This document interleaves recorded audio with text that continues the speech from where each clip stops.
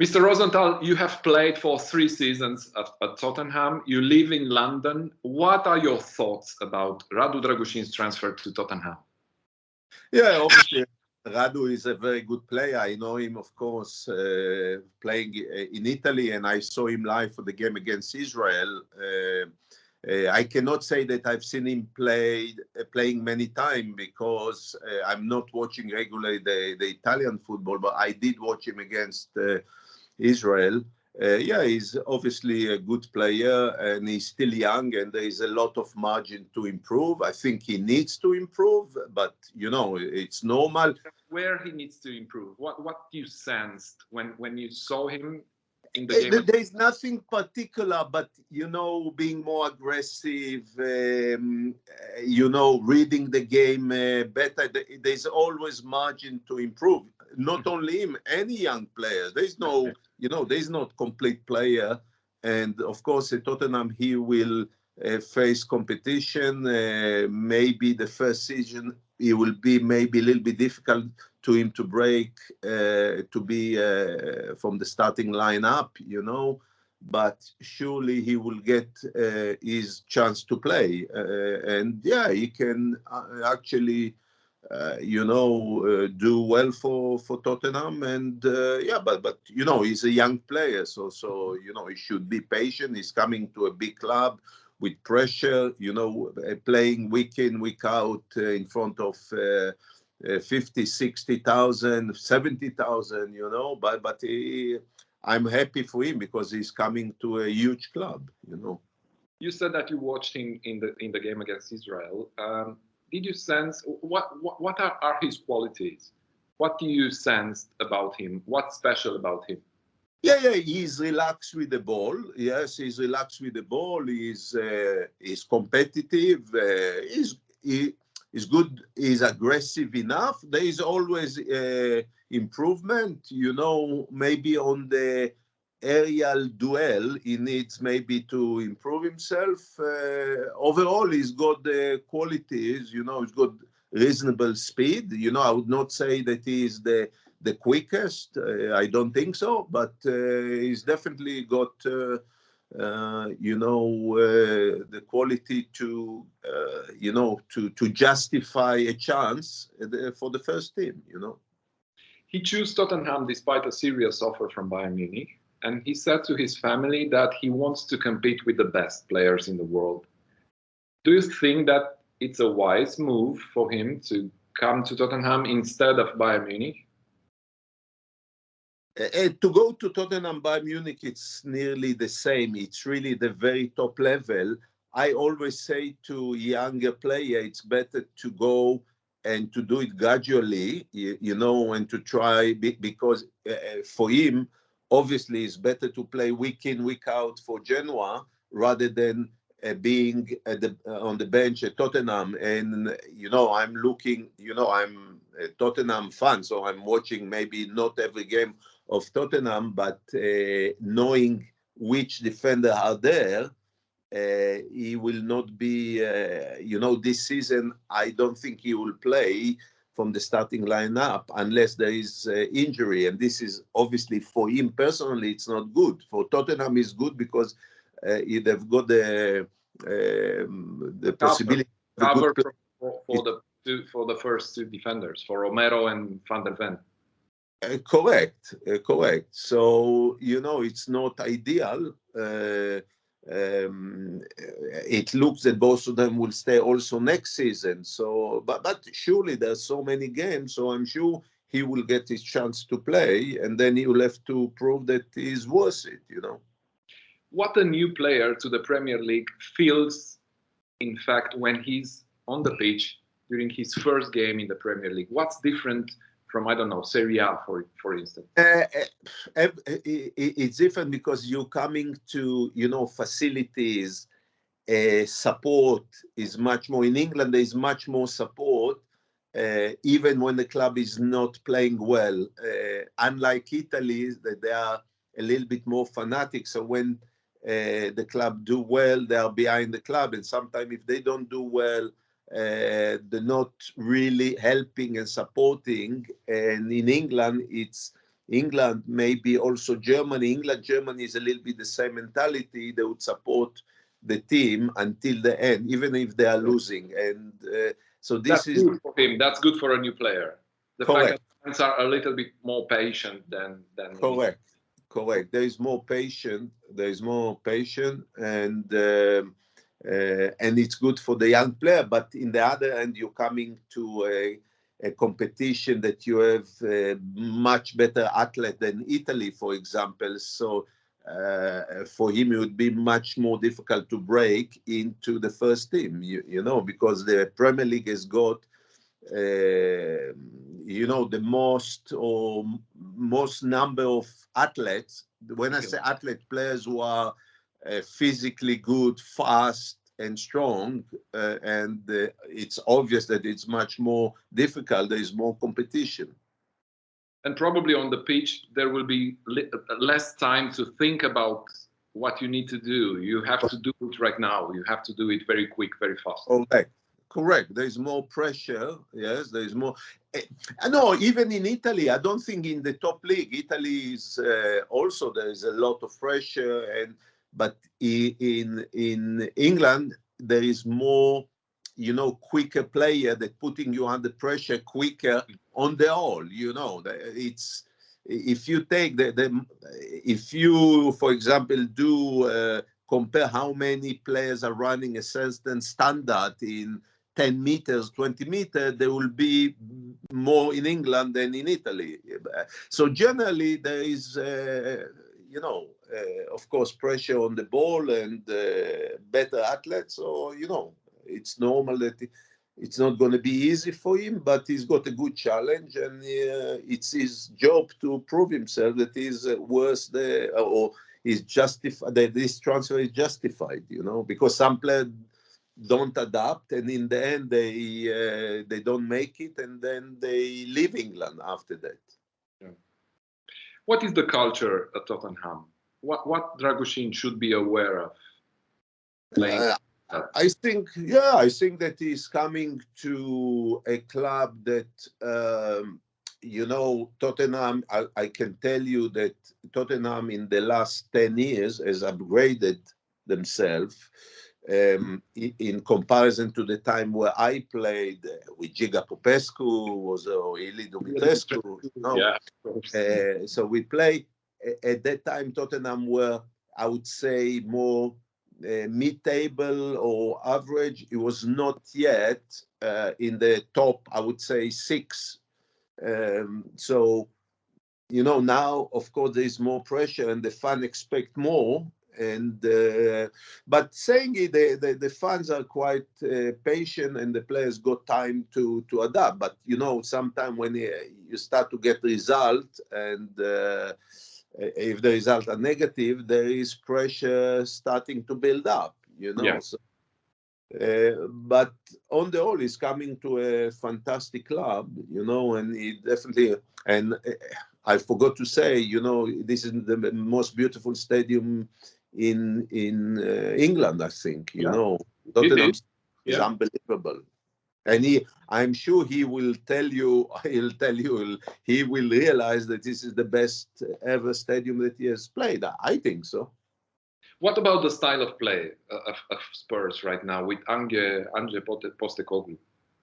I think the style of play, he is something more playing football, holding the ball, trying to hold the ball for as long as possible, even to the degree that sometimes because the manager really want to hold the ball as long as possible, and sometimes they take some risk in the defense and they lose the ball, you know, which can create, you can concede goal because of this.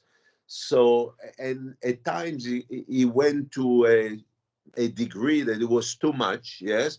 But this is the good thing about Tottenham. They keep the ball and they play fantastic football. This season more than recent season, I would say.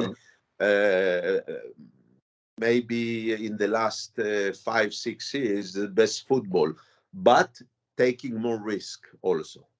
For a defender, it's better that his team is playing like this with more possession, or the fact that the club, the team is assuming more risks is more difficult for defenders? Not so good. It's not so good because Tottenham don't get the player withdrawing, forming a block, so it's easier for the defender.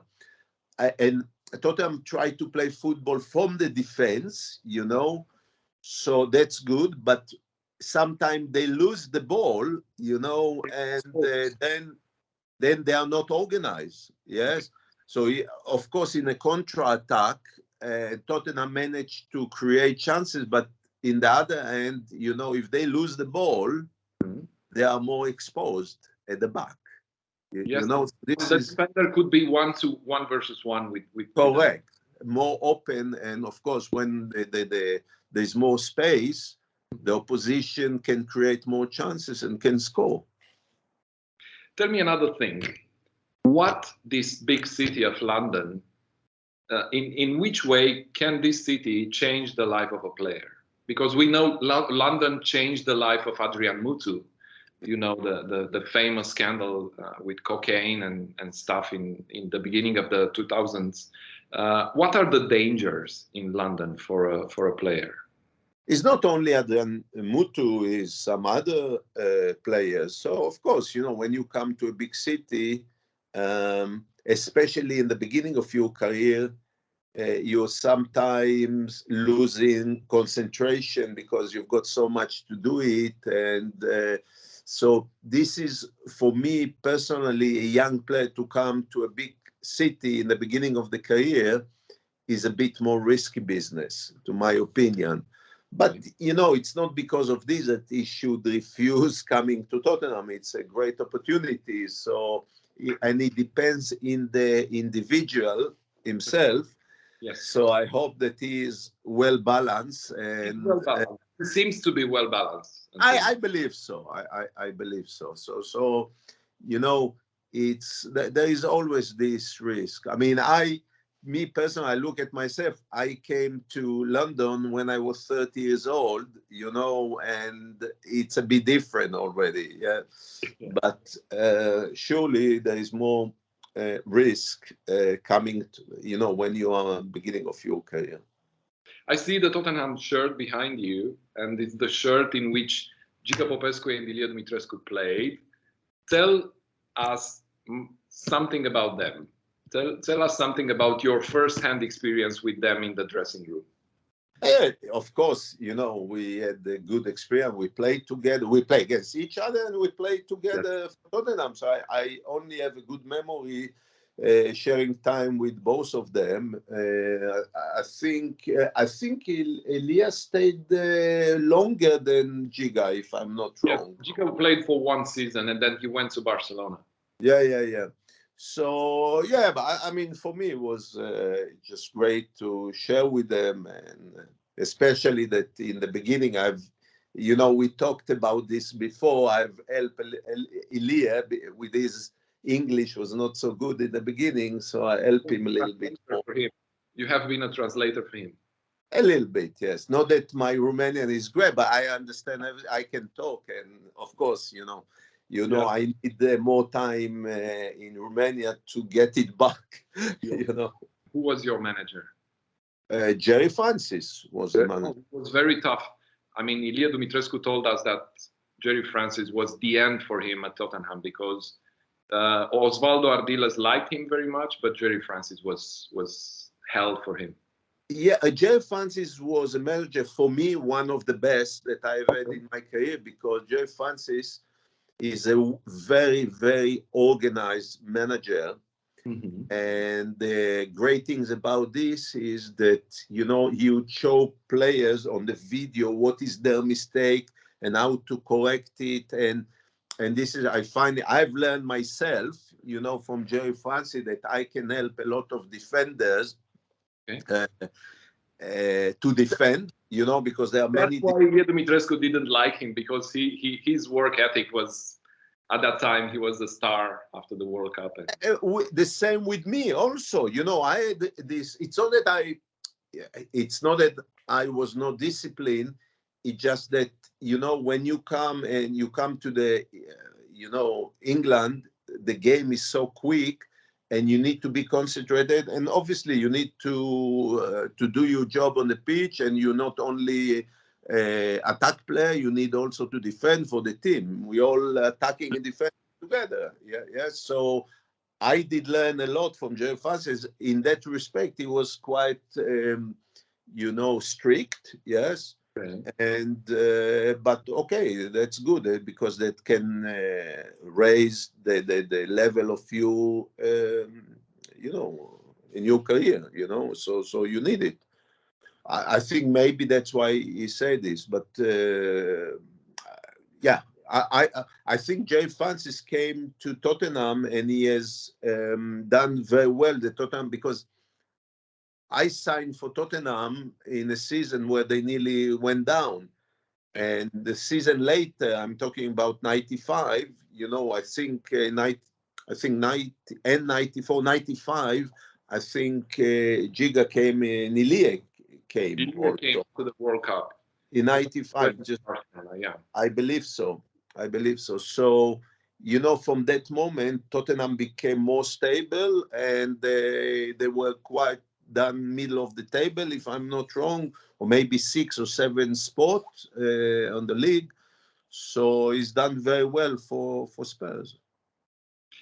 Coming back to Drăgușin, he was the rock behind the Romanian defense in the qualifications. And we met Israel in the qualifications. And your team played very well in Bucharest, but then lost in Hungary 2-1. What happened with Israel? I remember the game in Romania. Israel did very well, and they could have scored. And I'm not looking at maybe at that particular game. There's nothing to say about the Israeli player. They've done very well, but in general, Israel does not produce enough athletes to be able to qualify to a tournament. Yes, so. In other words, I think that Romania has got maybe better athlete, but I think Romania needs to produce, with the number of the population, Romania needs to produce better athletes. And when I say athlete, I mean quality or talented player. There are a lot, but today in the modern football, it's not enough to be only talent. This is not enough in football. You cannot win game or qualify to tournament with only talent. You need a combined talent and athletes, So my Israel, they're doing better, and they have better players, and they have talented players, but that's not enough. And the same from Romania. But Romania has got a little bit more than Israel, yes. It's also due to the population now. I think Romania is about 30 million. What's the 18 million. It was 18 million. So it's doubled in Israel. Yes, it's doubled. So, from 80 million, I think that there is a possibility to produce more players, that can compete in the top level. It's obvious if there are more athletes or more product, for the top European league, there will be more players outside, Romania, and that give chance to the national team. And for Israel, this is generally the problem. I don't want to talk about 1 or 2 particular games, because anything can happen in this kind of games. Do you think that Israel would have qualified without this ongoing war? Because in Romania, there were a lot of talks. If Israel wouldn't have been in a war, maybe we would have had a more difficult mission to qualify. It's possible. But this is not surely we missed a lot of players, and it's obvious when you had more players, important players who are better athletes than what we played, that would give us a chance to qualify. Yeah, it can be, but if Israel can qualify once, I can't say you will be with the merit, or